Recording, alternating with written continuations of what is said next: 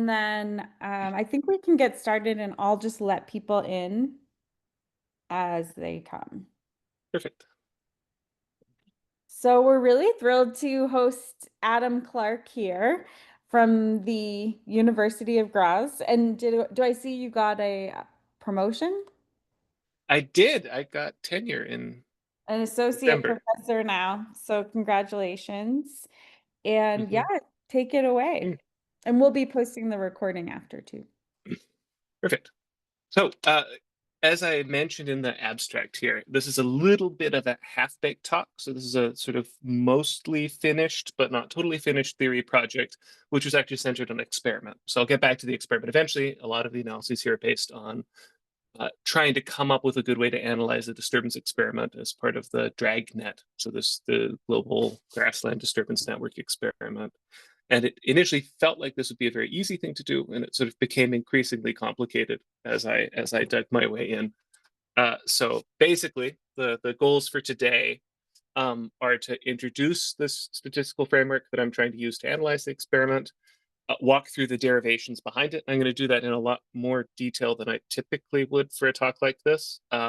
And the reason for that is this final point here, that I have 2 or 3 holes in the derivation that I've been having a bit of trouble with. And I figured since this is a topic that a lot of you have probably worked a lot on in the past and are currently working on, it would be great to get any feedback that you have, either suggestions for how to fix these little holes. There's basically some constant terms that I can't derive, which leave you with a sort of off by constant error in the estimates. So any suggestions on that would be great. Even better would be if somebody could point me to a paper where somebody else already did this, because it feels like the sort of thing that has to have been done at some point. But anyway, I'll get into more details in just a bit. For the purposes of this talk, I'm going to be a little bit fast and loose with the concepts of response diversity and stability.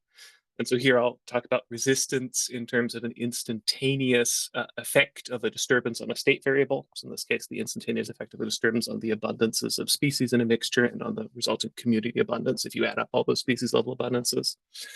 And with respect to response diversity, I'll mostly be talking about that in terms of the covariance among species individual responses in terms of that single community response, which I know is a little more fast and loose than probably would be warranted for this particular group. But so those would be my 2 definitions here.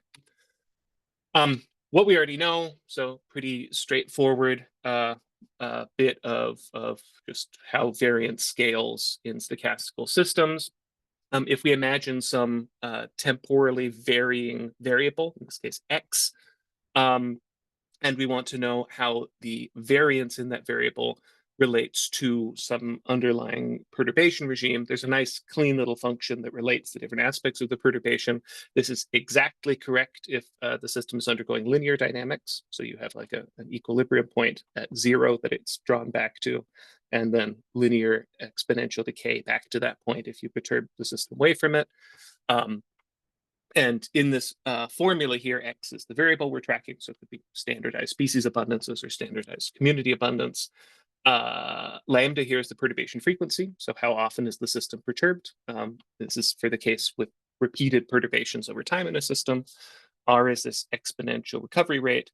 Mu is the average direction of the perturbation. So if we have a perturbation that has some fixed mean, so it's mostly positive, for example, then mu would be positive. It's mostly negative, then mu would be negative. And then finally, sigma is the standard deviation of that perturbation function. And here we're assuming Gaussian perturbations. So effectively, we have exponentially distributed waiting times between disturbances and Gaussian distributed effects of those disturbances on the system. And under such a circumstance, you get this nice relationship where you can relate each of these terms to the expected temporal variance of variable x.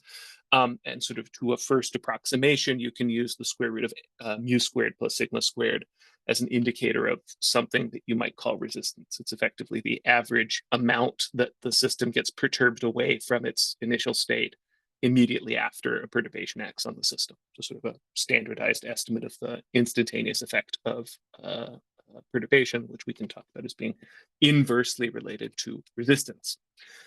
A nice thing about this kind of a framework is that it scales really cleanly. And so if we now, let's imagine we measured X as the temporal dynamics of a single species within a bigger community, and we now want to measure a bunch of single species and use that as a way to estimate stability, so temporal variance at the scale of the whole community. There's a couple of really nice, straightforward equations that you can use to basically go from all the individual parts of the system. So I go measure every species one at a time, and then add those individual measurements up to get an estimate of the community level stability. This here is the relationship for this resistance term. So for the sigma term, for basically the rest of the talk, I'll assume that mu is 0. So there's not a direction of the average perturbation, but just that the perturbation is centered around 0 and fluctuates with some strength determined by sigma. And so if sigma I is the strength of the perturbation at the level of a single species, we can get the average of that. So I just sum up the standard deviations and divide by the number of species, and then I can multiply it by this little scaling factor here, which is effectively a way to add up all the components of the variance covariance matrix. So it's written a little bit strangely, but it's effectively just the sum of the variance covariance matrix. But this way we can write it nicely in terms of the number of species in the system and the average pairwise correlation coefficient between pairs of species. And so what this shows us is if the row terms of the correlation between individual species responses to a particular disturbance. So let's say there's a drought, and we see whether species in general all lose biomass or all gain biomass at the same time. If they all gain biomass together, then we'd have positive correlation. If some gain and some lose, then we'd have some negative correlation in the system. And for the most part, the more positive row is, the more that leads to an increase in this sigma term. So effectively, the more similar species are in terms of their response to these repeated perturbations, the bigger the overall effect of those perturbations, and therefore the smaller the resistance. And the other way around, if I have a more negative row term here, a more negative correlation, then that will lead to a reduction in the average resistance in the face of these repeated perturbations. And I have a paper where we sort of did the bookkeeping on these relationships for a bunch of different types of stability metrics and types of scaling, but this is all pretty old, well-known statistics. And a nice aspect of this particular relationship is that it's independent of the distributions of the variables that you use to derive it. As long as they have means and variances and covariances, they should hold for the system that you're measuring. So this is nice, and it had seemed to me that it would be really straightforward to take this framework and use it to try to estimate what we would expect to happen after a single perturbation rather than in a regime of multiple repeated perturbations. But that turns out not really to be the case. And for maybe most of you, this isn't a surprise. It's a pretty obvious reason for why it's not the case. But let's start with something really simple. So let's have a system where we have a single pulse disturbance that occurs in a community with 2 plants in it. We can now quantify the impact of that disturbance on each species as DI. And DI is just going to be the difference between B and B star, where B here is the abundance of the species immediately following the perturbation, and B star is the abundance that that species would have had in the absence of the perturbation. So if we're thinking about experimental plots here, that might be the abundance of the species in a control plot relative to the abundance of the species in an experimentally perturbed plot. So that's really nice. And if we want to look at the community level effect of that perturbation, we just sum up those D terms. And so I have here variable D without a subscript, which I'm just using to be the sum of those. Owen has his hand up. I think maybe the slide didn't advance. Yeah, Oh, that's what I'm asking about. well, that's odd. It advanced for me, but let's try again. Let's stop Yes, sharing. that one looked a lot more like there were bees and bee stuff. Sorry. How's that? Much better. Better? Okay. B. Please do, if you have questions, feel free to break in, but also please break in if that happens again. I suspect that might happen a lot. Anyway, so we have this function here that we can use to estimate to calculate the effect of a perturbation across the community just by summing up the individual species effects. That's not particularly surprising, and it sort of brings us to the boring conclusion that if I want to maximize the resistance of this community, what I really want to do is go put the community together with as many species that are resistant to that particular type of disturbance. And so if I want the system to be resistant to drought, I should put in 2 drought-resistant species. If I want it to be resistant to being dug up, then I should put in 2 species that are both resistant to being dug up. And so in some ways, this is actually showing that we don't want diversity in the responses of organisms. We want the organisms to all respond quite similarly with respect to that particular perturbation. And this sort of more general effect of having a reduction in the effect of perturbations if you have negative covariance among species depends on this repeated nature of having lots of different types of perturbations happening over and over again, simply because you're not going to find a mixture of two species that both happen to be drought resistant and disturbance resistant and flood resistant, fire resistant, and all this other stuff. So you need a combination of species. Okay, am I on the next slide? Did that work? Or am I still no? Yes? Okay, good. So far so good. We can sort of come up with an expected value for this now, where we just go ahead across a number of replicates. So if we're thinking about doing this out in the real world, how do we actually go about measuring the effect of these disturbances? We'll go set up a whole bunch of plots. Here, the subscript J here would be each of our plots. And we can go sum up the community level response across some number of plots, which I have here as J, and the outcome is going to give us effectively the expected value of the disturbance across some large number of replicates, which I'll here represent as D with an overline across it. And like I said, so the issue that we're going to have with this variable here, with just the summed effect of how species have responded to the perturbation that we are measuring, is that it's not going to give us any room for positive or negative covariance among species impacts to have an impact on this particular variable. That's simply, this is a summation term, and summation terms aren't influenced by variance or covariance terms. And so it's a sort of boring variable to work with. What we can do instead, though, is instead of looking at the direction of the perturbation, of the effect of the perturbation across some large number of plots, is that we can look at the squared effect. So effectively the squared distance. How far away does this perturbation push me from my initial state in the system, be it positive or negative? So now, instead of being a measurement of the effect of the perturbation on the community, it's effectively a measurement of the magnitude of the effect on the community. And here we sort of already know that variances and covariances among species are going to have an impact on that disturbance impact. Because this is basically now a single point measurement of variance. So it's sort of like we're measuring the response of the system to lots of repeated perturbations over time, but we're trying to estimate it off of a single perturbation that might be part of a longer time series. So we sort of already have in the back of our head the idea that variance and covariance is going to have to be relevant here. A nice thing here is also that this D term, this square of the direction of the perturbation, is really nicely comparable to that sigma squared term from earlier. It turns out it's not exactly the same thing as the sigma squared term, but it's very close to being the same thing as the sigma squared term.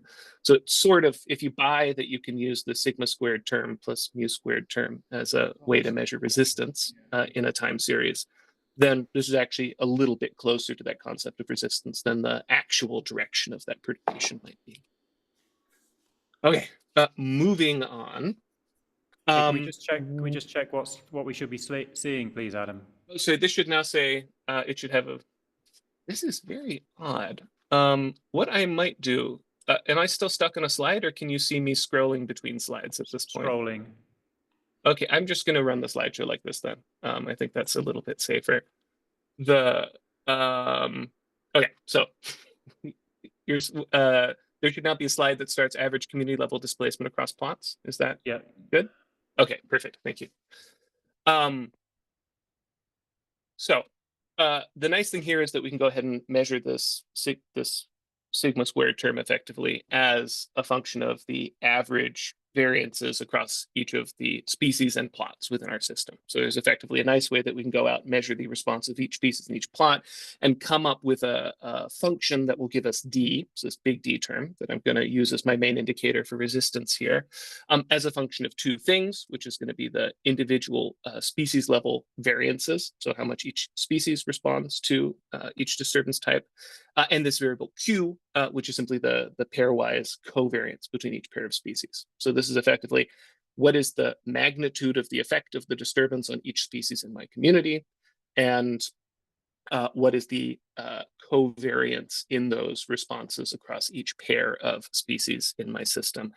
It ends up being a little bit different from regular variance and covariance. You'll see from the formula here, the the difference between this and classic variance and covariance is that we're assuming a reference state of 0.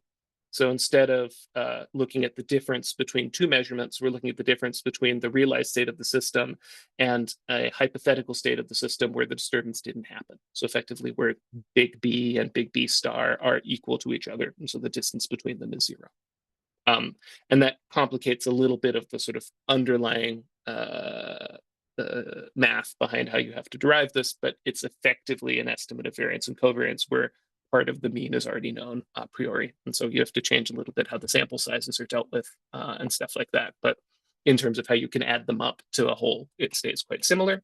And we end up with this equation here. So if we want to estimate the average community level displacement, so how this squared distance effect of the perturbation on the whole community that we're looking at, you can simply go ahead and add up the this square of the directional effect of each species, then add up an effect of the variance of those individual terms, and then finally add n squared minus n times the average covariance. And so effectively, this is the diagonal of the variance covariance matrix, and these are the off-diagonal elements of the variance covariance matrix. And in the end, we get up a pretty familiar formula, which lets us calculate the average displacement from the displacements observed at the species level for every species in our community. And so there's no magic here. This is just a reminder that if we measure all the individual parts of a system, we can add up those parts together to figure out what the impact was for the community as a whole. One important point here, which will mostly be useful for visualization for some of the later figures in the talk, is that the range of values that Q can take on, that the average pairwise covariance between species can take on, is constrained. The minimum possible value for that average is going to be minus sigma squared over n, and the maximum possible value is going to be sigma squared. And the reason for that is just that we need our variance covariance matrix to be positive definite so that we can draw samples from it. But another way to say it is our covariance can't account for more variance than is present in the individual species responses as a whole. And so these are just sort of mathematical limits on the minimum maximum side. You probably have heard about this from a lot of the papers that talk about how, like a lot of them, the Damazencourt and Leroux papers focus on this, is that as the community gets bigger, the maximum negative covariance between species becomes closer and closer to 0. Simply because like you can have two species that perfectly negatively covary, but I can't have 3 species that perfectly negatively covary, because as soon as 2 of them have perfectly negative covariance, the third has to sort of be doing something that one species or the other is doing. And that's what manifests in this limitation here. It's not particularly relevant from a mathematical standpoint, but it just means as we look at larger and larger communities, the negative axis is going to keep getting closer and closer to 0. But the idea we can still use on this is as Q gets smaller, covariance becomes more negative. As Q gets bigger, covariance becomes more positive. So what I'm next going to do is just walk into some simulation tests to show that this relationship holds. But maybe before I do that, I'll stop for a moment and see if anybody has any questions for what we've talked about so far. This so far so good? Yeah. Yeah, thanks, Adam, for the opportunity. Can you help me understand what differs or what could differ between the plots? You've moved from a kind of single plot to a multi-plot setting. What differs among these plots? I might have missed that. In this case, it's literally just going to be random variation in terms of how species respond to a particular type of disturbance. And so we imagine, let's say a drought hits the system, there's some average effect of that drought, which is going to be D, a little d. So that's like a drought resistant species will be less impacted, a non-drought resistant species will be more impacted. But then we have this additional term, which effectively shows us how different these responses are going to be. In this case here, actually, across individual species. But later on, we'll have another term which just says how different is that response across different plots. So it's effectively saying if I subject the same species to a drought in 100 different plots, I'm going to have slightly different responses of that species to drought in each one of those plots. Okay, and do you have ideas? I mean, yes, Harry, it could be anything that causes those differences in response within a species among plots. But Some examples would be differences in the other species that are present in that plot. Oh, Or not this. You're thinking way more clever about this than I am. but what, This for is literally example? plot level effects, and so even this is, let's imagine we have exactly the same community over and over and over again. This is like that plot A has a southern exposure and plot B has a northern exposure, or plot Okay, A has a okay. little dip in the middle of it, so it collects a little bit more water, and plot B, or plot A has a genotype that happens to be a little bit more drought resistant, and plot B has a genotype that doesn't. So this isn't driven from the community. This is some magic little extra variation on top, which is just differences we see across plots for whatever reason that might be. Okay, thanks. And you'll see when we get to the multiple, when we get a little bit deeper into the community parts here, you'll see that the null model I'm using is especially primitive. So in this case, there's not even interactions among species. You can apply the same thinking to a system with interactions among species. But anyway, we'll see in a minute what I mean there. But the whole additional aspect of what comes when you have species competing with one another or interacting with one another positively or negatively is a whole additional level of variation on top of this, which you all know a lot better than I do. But if you want to sort of think about how this would come into this particular framework, very loosely, you would end up having to multiply the interaction matrix by this variance covariance matrix here. And that would then give you a new sort of emergent variance covariance matrix that accounts for both species interactions plus whatever the sort of innate covariances happen to be due to the response of individual species to the disturbance without any biological interactions among them. Does that sort of make sense? Right. Anything else?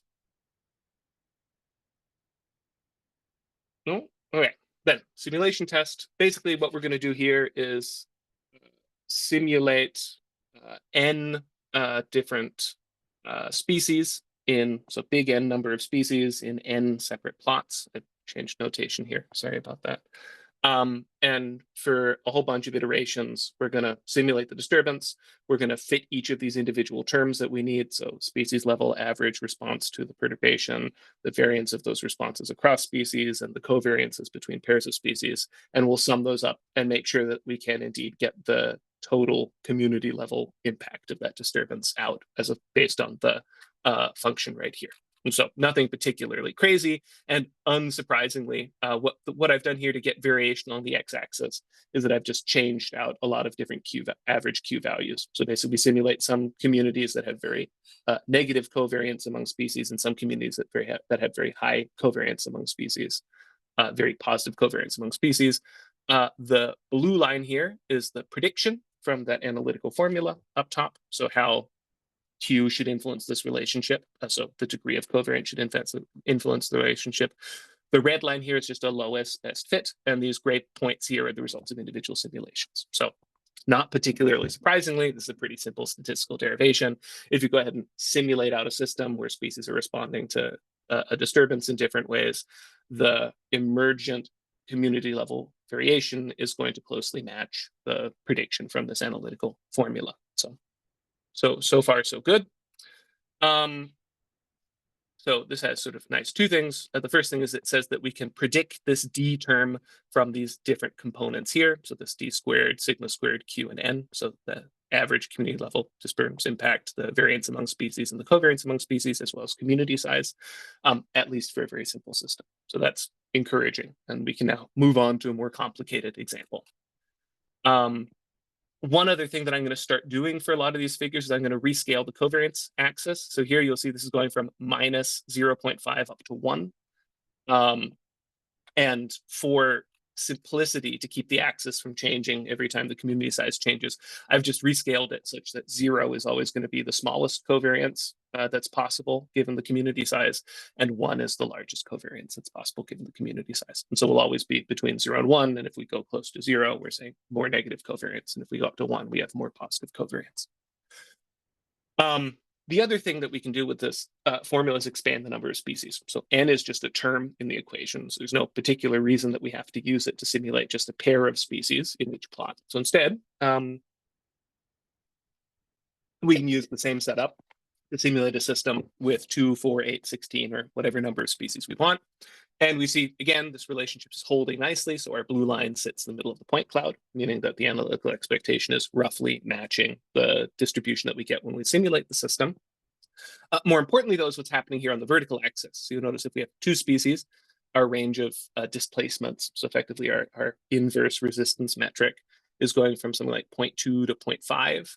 But as we go up to higher numbers of species, this vertical axis gets much bigger. So we get way bigger effects, so way bigger range of possible resistance values as we go from a small number of species up to a large number of species. And the reason for that is simply because this D term, so this disturbance term, scales linearly with n. So if we go back up to the equation I had at the top, as n gets bigger, that value itself gets bigger, effectively meaning the more species I have in the system, the more overall biomass is predicted in the system, all else being held equal.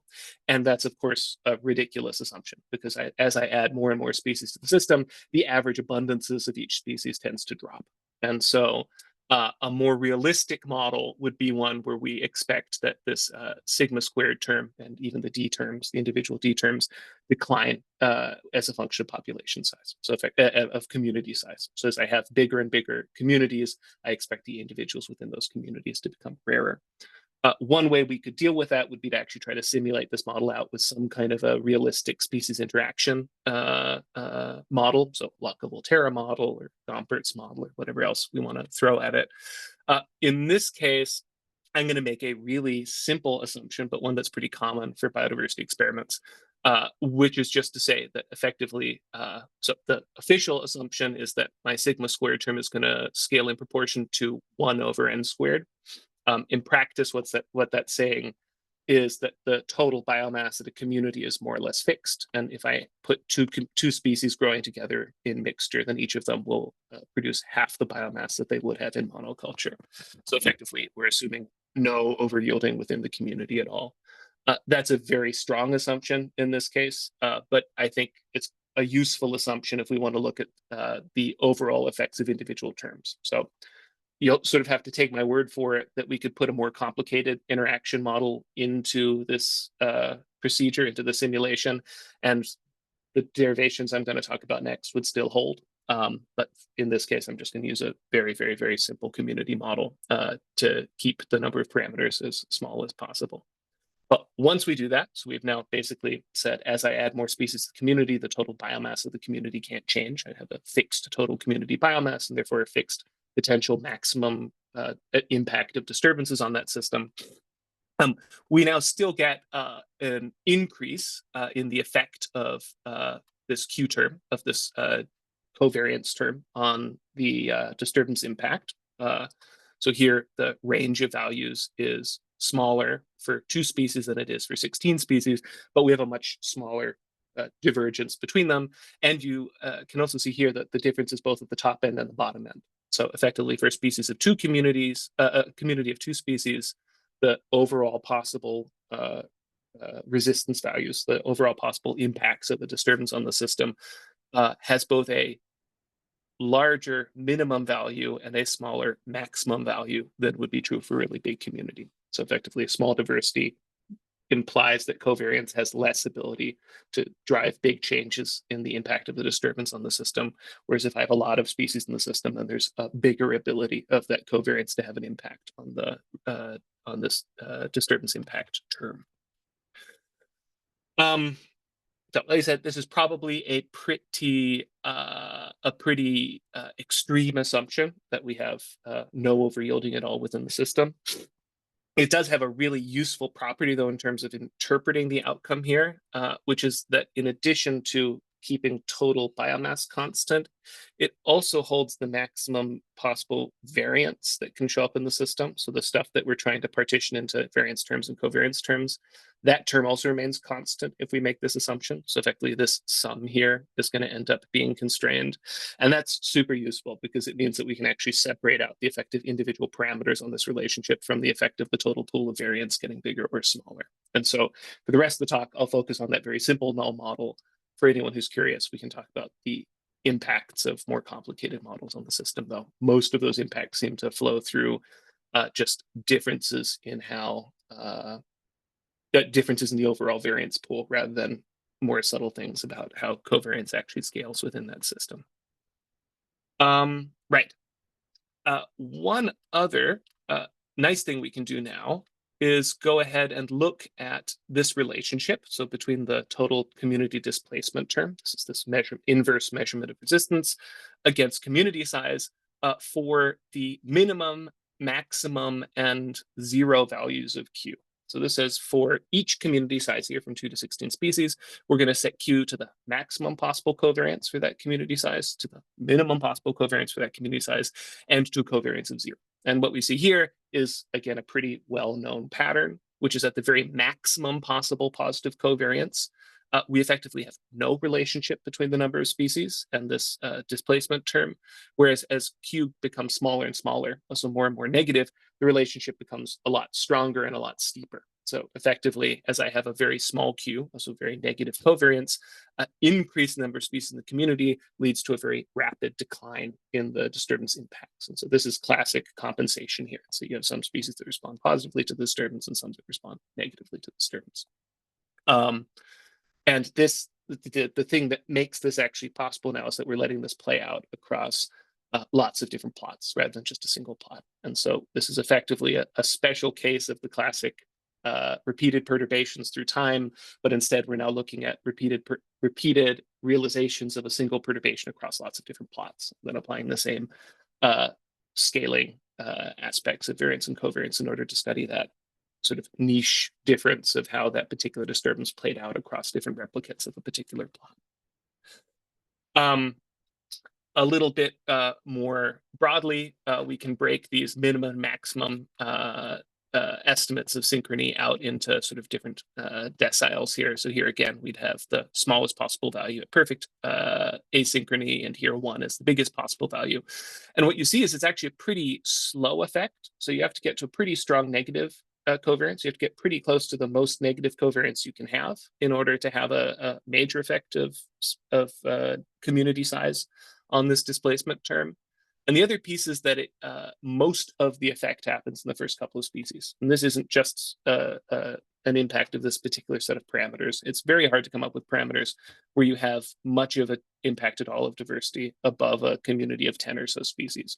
And that's simply because that's a function of how adding up n times 1 minus n squared elements of covariance ends up playing out within the system. So for the most part, you're going to have the strongest impacts when you're very close to the maximum negative covariance you can have among species.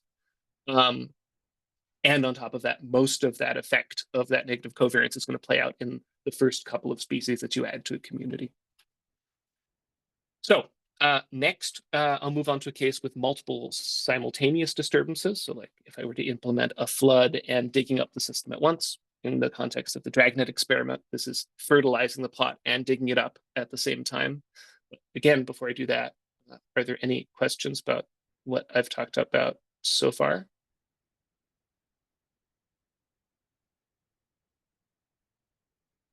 Any complaints? Suggestions, anything at all? We're happy? Okay, then I'll dive on to the many simultaneous disturbances here. The only change in the notation here is going to be that now we have different disturbance types, subset K, and so we're going to again be adding up disturbances across these different aspects. So the species level response, the variance across species in their response to that particular disturbance type, and the covariance between pairs of species in their response to that particular disturbance type. And again, this is feeling a lot like a bit of a navel gazing exercise, but maybe by way of motivation. This here is now the problem that we actually want to address when we're trying to analyze the data from the nutrient network experiment. So this is the setup of the system that we're trying to come up with a good regression model to try to fit in order to estimate these disturbance impacts within our system. It turns out the formula doesn't. Oh, sorry. Yes, go ahead. Hi, Adam. Thanks. Just to make sure I understand what you just said about the multiple disturbances, can you go back to that previous slide?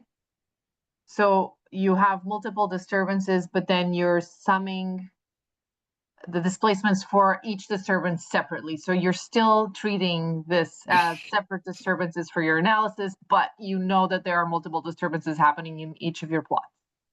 Exactly. And so it's not multiple through time, but multiple things carried out at a single moment in time. The simplest way to treat it is to pretend there's no interaction. So if I fertilize one plot and I dig up another plot, then the effect of fertilizing and digging up a third plot should be the sum of those two individual effects. And in practice, that's of course not the case. And so there will eventually be another term that's in to deal with whatever the interactive effect might be of multiple disturbances. That's a very good question. In practice, it turns out the easiest thing to do is to treat digging up and fertilizing as a new type of disturbance and not try to track the individual effects and the interactive effect. But in terms of analyzing the system, it becomes useful because you can then ask, is there a significant interaction in these effects above and beyond what I'd expect from the individual level effects? So in some ways, you can imagine this as the simplest case of this is the null model, where we assume there's no significant interaction between disturbances on their impact on a particular community. Okay, here we go. It turns out if you play that simple game, so this very simple model where there's not interactions among the disturbances, the formula is very simple. I just end up multiplying a few terms by m here to account for the increased number of elements in my variance and covariance matrices that I have to sum up. But at the end of the day, it just looks like this. So I now have an additional m term here, and effectively almost all the terms get multiplied by m except for d, which gets multiplied by m squared. And so all else being equal, the number of disturbance types in my system, assuming no interactions among them, basically acts as a scaling term. And it turns out to be a little bit helpful because in theory, it would actually let us get a little bit more separation between this d term and the other terms in the equation, since the d term will scale quadratically with the number of disturbance types in my system, whereas the rest of the terms will only scale linearly. In practice, though, that's actually not very useful, because if there is an interaction, then that separation is no longer informative.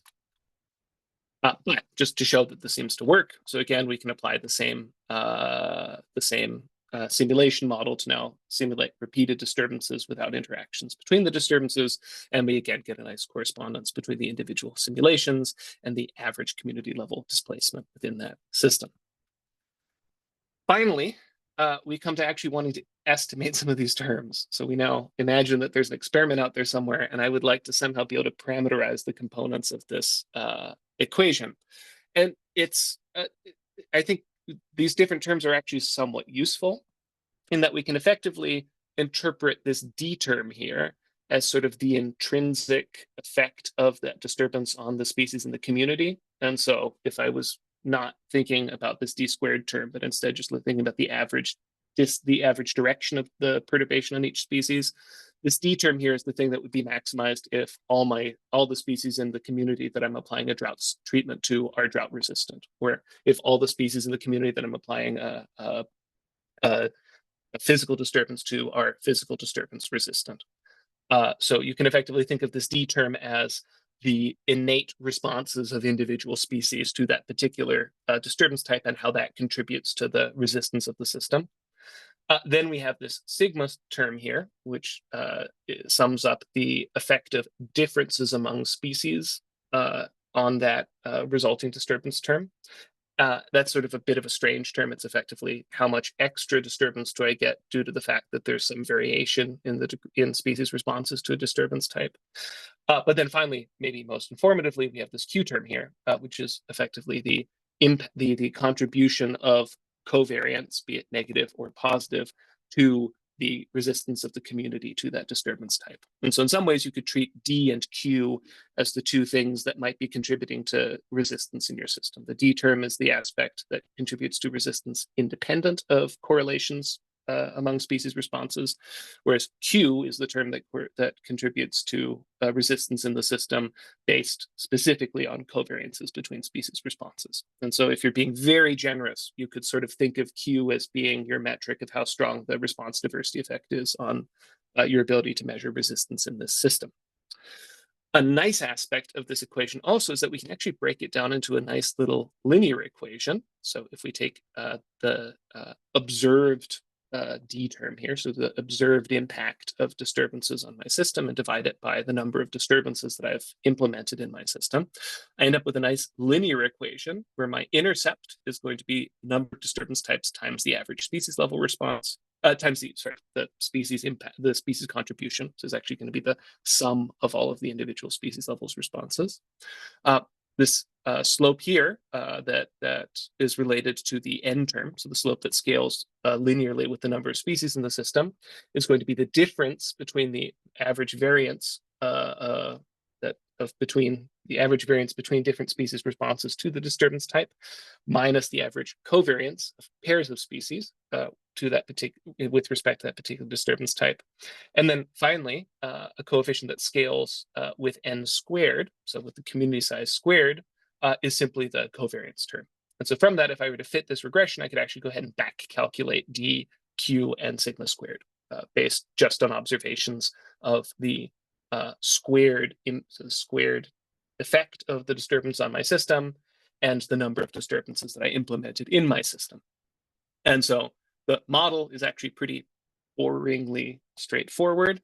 I have a variable that I can go measure, this DOM, which is this D term, this effect of the disturbances on my system. I put in regression terms for n and for n squared, and I then have to account for heteroscedasticity. So that's for all of these regressions, you'll notice that the variability in displacements grows as a function of both covariance and of number of species in the system. And so we have to account for that here by allowing the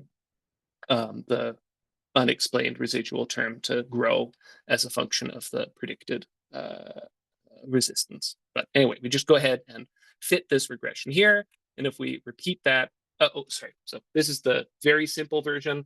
We can actually get a slightly better fit if we fit a nonlinear regression, and that nonlinear regression then would be applied to this full equation up here. So this ends up just being a little bit more stable under certain circumstances, and also lets us constrain the signs of the different variables here. So like, you'll notice the sigma squared term doesn't have to be positive, so we should constrain that to be positive so we don't have negative variance. And our Q term is going to be constrained between that minimum and maximum possible values for covariance within the system based on the number of species and the sigma terms. And so we can build that in a little bit more efficiently into nonlinear regression, but the outcome is not that bad. So here is for the same simulated model, our attempt to back calculate these D, sigma, and Q terms for individual draws from this overall system. Here, the histograms show the distribution of values that we get from simulating this model over and over again. And the red bars show the estimated value that we get from doing this, so just the middle of the histograms basically, and the blue line shows the true value that was used to simulate the data. And so we're doing a pretty good job reconstructing the parameter terms that we use to simulate this model that we can break down now into effectively a species level contribution to the resistance to that particular disturbance type that we implemented, and this negative covariance or positive covariance aspect. So sort of putatively the effective response diversity on resistance in that particular system. So that's how we do it in theory. In practice, we now want to go actually do this with real data. And so I'm going to talk a little bit about results of applying this to Dragnet data. If I was giving this talk not online and not being recorded, I would have a couple of slides here where I show some treatment level responses to the treatment level effects of the disturbances implemented there. I've cut them from this talk, so you can actually go ahead and share and talk about anything that I put in here. The reason I'm not showing it is not that the stuff that I've analyzed here is particularly shocking, but I just sort of want to be respectful to all the people who have contributed data to Dragnet. And so since this hasn't been published yet, and a lot of the people who put a lot of effort into this have not been involved in talking about this particular sets of results yet, I'm just not going to present any treatment level results. And instead, I'm just going to show a couple of aggregate outcomes that come from trying to fit the statistical stuff I talked about in the first bit of this talk to a real world data set. But if you have any questions about the Dragnet specific responses, I'd be happy to talk about that offline or off the recording after the talk. In general, if we try to calculate this big D term, so the the squared effect of the disturbance on community biomass for each of the different disturbance types. So for fertilization, physical disturbance, and physical disturbance plus fertilization, we do find some differences between the different treatments, and there's even some significant differences across the different treatments, but there's not any particularly clear or overwhelmingly clear pattern. And that was actually what started this whole analysis. So we sort of walked into this data set thinking, gee, this would be a really simple thing to analyze.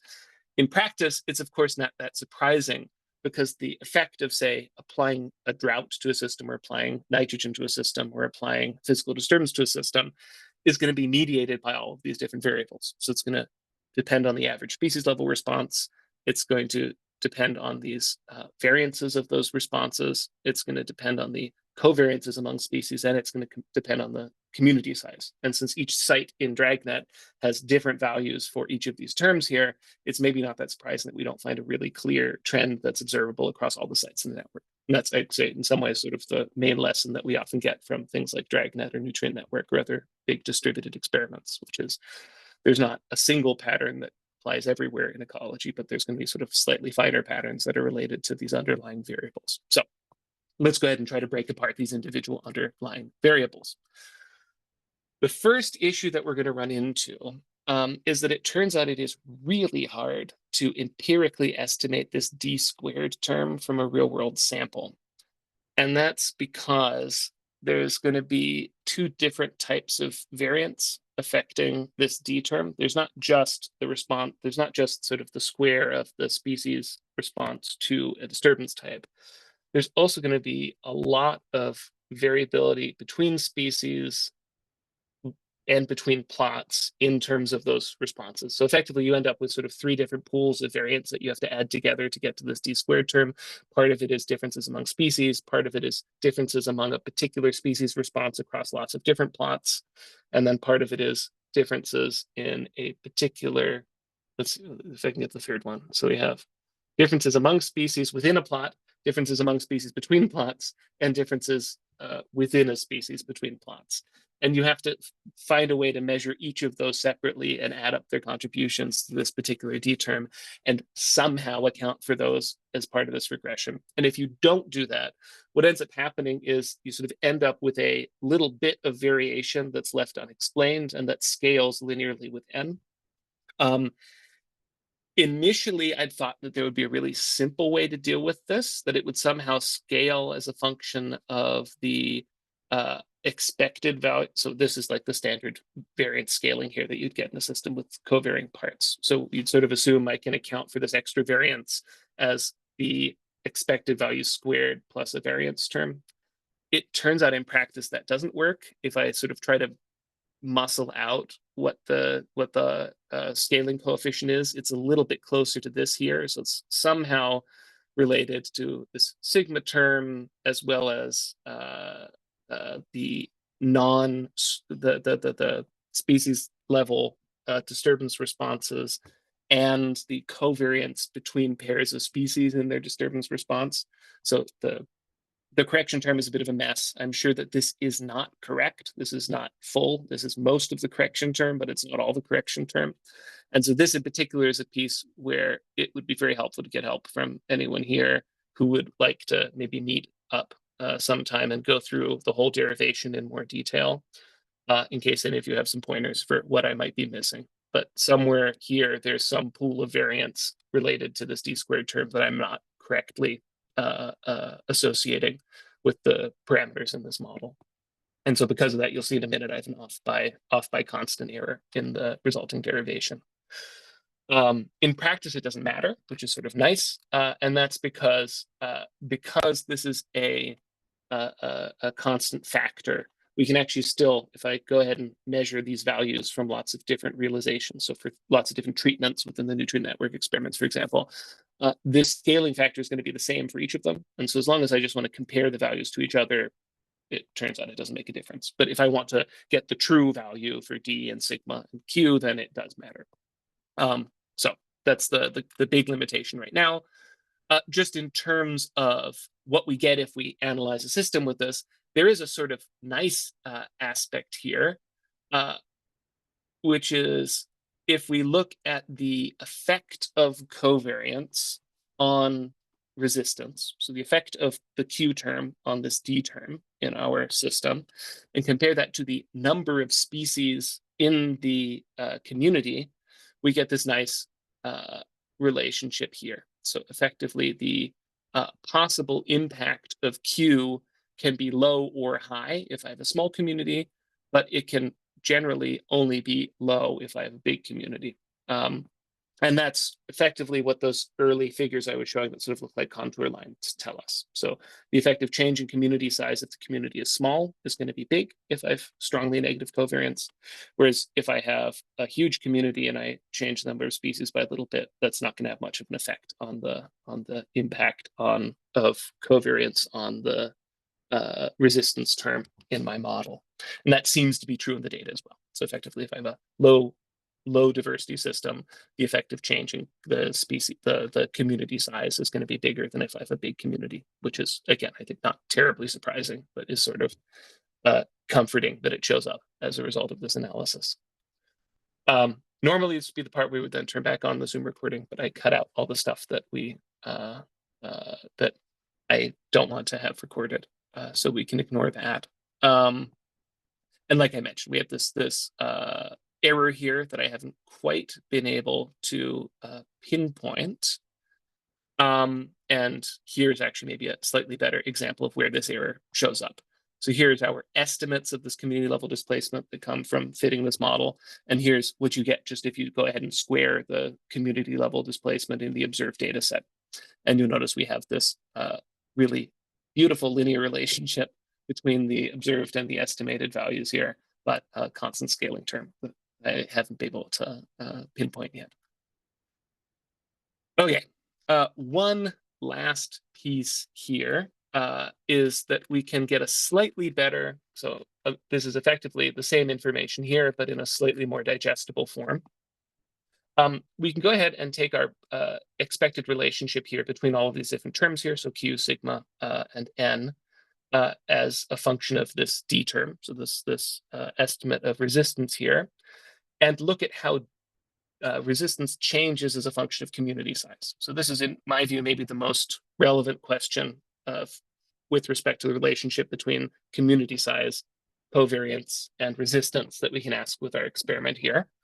On the vertical axis, it's simply the expected change in resistance per species in the system. So if I add a species or remove a species, how big should be the resulting change in this resistance term versus the community size. And this shows us exactly the same thing that we had at the top, but now explicitly as sort of scaled per individual species that I add or remove from the system. So again, low species diversity, I add or remove species from the system, it can have a very big impact on resistance. Very big diverse communities, if I add or remove species, it's not going to have much of an impact on resistance. So that's our summary here. In total, there's sort of 3 take-home messages from this analysis. The first, not very surprisingly, if we actually look at the direction of an impact, so does my community level biomass go up or does it go down in response to a particular disturbance type, then I don't really care a whole lot about the covariance between species responses. So if I want, like I said at the beginning, if I want to make a community that's as resistant as possible to drought, the answer is fill it with drought-resistant species. If I want a community that's as resistant as possible to physical disturbance, I should fill it with species that are all resistant to physical disturbance. We can redefine the question in terms of displacement, so the square of that response, so effectively independent of whether it's a positive or negative response. And by doing that squaring, so now that we're looking at the magnitude of the effect rather than the direction of the effect, we can now go ahead and parse that out into different components that are associated with the direct impact, the direct responses of individual species, the covariances between pairs of species, and the variability across different species. But that is right. So the squared term effectively lets us reconstitute the importance of covariance in our ability to measure the response of this, the effect of diversity on resistance. And maybe more importantly, this D squared term, this displacement term, is arguably a little bit closer to at least what some of us have been using in the literature to talk about resistance than the overall direction of the effect. At least in my experience, people tend to talk about resistance more as a magnitude of an effect rather than a direction. And it also saves us from some sort of weird logical issues. So like if we have multiple disturbances and one disturbance increases biomass and the second disturbance decreases biomass and the net effect is 0, I think we wouldn't want to say that there was no that there was no disturbance in the system. And so this squared term sort of lets us get around that issue. And maybe more importantly here, the more sort of reasonable example, if I have a community with 2 species in it, if I'm just adding up the direction of the impacts, if one species has a hugely positive response to the perturbation and the second species has a hugely negative response to the perturbation, and overall community biomass is unchanged. If I'm just looking at the direction of the perturbation, my answer would be at the community level, there is no effect of the perturbation, so there's perfect resistance to that particular perturbation type. Whereas if I focus on d squared, so this displacement term, then if I have a positively responding species and a negatively responded species, I'll still come up with an overall non-zero impact, a non-zero effect of that disturbance on resistance in the system.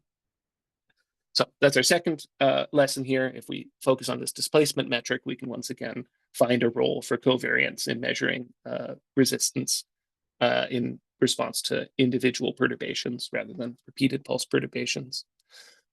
And one last piece, which I haven't talked about here, but is sort of a logical outcome, is that if M gets really big, so if we have lots of disturbances that we implement at once, then we effectively end up back at where we would have been if we were looking at repeated pulse perturbations on a time series. We just get rid of the time aspect, which makes it a little bit easier to analyze. But effectively, as M gets big, then all the normal stuff that we know from the 70s and 80s holds again, where negative covariance in species responses to those different disturbance types can lead to big changes in the resistance of the system and in the overall stability. So as M gets big, this whole problem goes away and becomes very easy. But as long as M is small, so we're looking at a small number of disturbances that are applied a single time, like we might have in an experiment. The statistics that I've talked about here are probably still relevant if we want to come up with reasonable estimates for how species level responses versus covariances relate to that overall resistance. With that, I will finally stop. So thank you very much for your patience. I suspect this was not particularly easy to follow. So I'm happy to spend as much time as you all want to answer questions you have about the talk. If you'd like to download the slides, you can get them off of this website here. And if you want to contact me, this here is my email address. And I'm happy to set up meetings after the fact for anyone. But in particular, I'd be excited to set up meetings with anyone who has some pointers on the constant error in the derivation, or who can point me to a nice paper where somebody has done this all already in a more theoretically understandable way than I presented. Anyway, thank you very much. Thank you, Adam. I'm sorry that I'm going to have to excuse us now because we're actually on a group retreat and it's dinner time right now at the restaurant. So I just say thank you very much from all of us, and yeah, thanks very much. Yeah, thank you. Thank you. Bye. Bye. Thanks. Bye. Does anyone have questions?